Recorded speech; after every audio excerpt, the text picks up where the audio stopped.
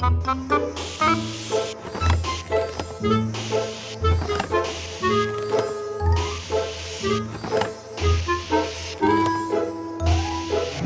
বন্ধুরা, তুমি যদি তোমার মাকে ভালোবেসে থাকো তাহলে অবশ্যই একটা লাইক করো, আর যদি তোমার বাবাকে ভালোবেসে থাকো তাহলে অবশ্যই একটা সাবস্ক্রাইব করে দাও।